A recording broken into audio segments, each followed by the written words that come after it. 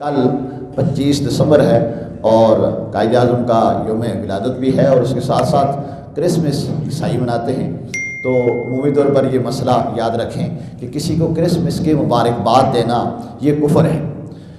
تو ہمارے مسلمان بھی لوگوں کے دیکھا دیکھی اس طرح کر بیٹھتے ہیں، کیونکہ کرسمس ان کا ایک مذہبی تہوار ہے، اور مذہبی تہوار میں نعوذ باللہ وہ حضرت عیسیٰ علیہ السلام کے متعلق یہ ان کا یہ عقیدہ ہے کہ عیسیٰ علیہ السلام ابن اللہ ہیں، اللہ کے بیٹے ہیں۔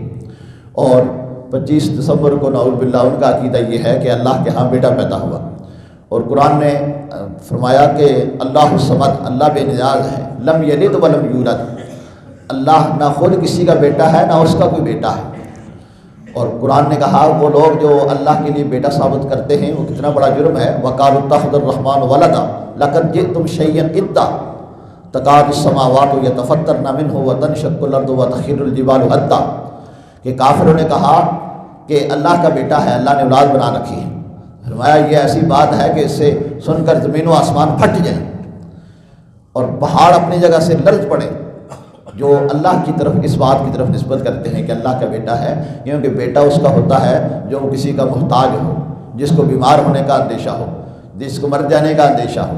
تو اللہ تبارک و تعالیٰ ان تمام چیزوں سے پاک ہے، لہذا عیسائیوں کو اس بات کی مبارکباد دینا یہ کفر کی تائید کرنا ہے، اور کفر کی تائید خود کفر ہوتی ہے، لہذا اس بات سے پرہیز رکھیں۔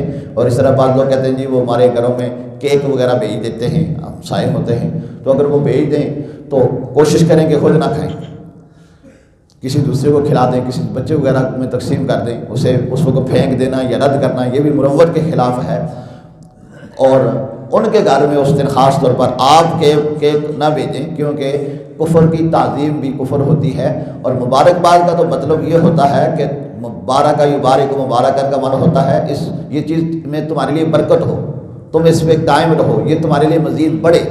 تو کسی کو یہ کہنا کہ جناب تمہیں کرسمس مبارک ہو، تو یہ اسے دعا دینا ہے کہ تمہیں نعوذ باللہ کفر مبارک ہو، یعنی تم کفر پہ قائم رہو۔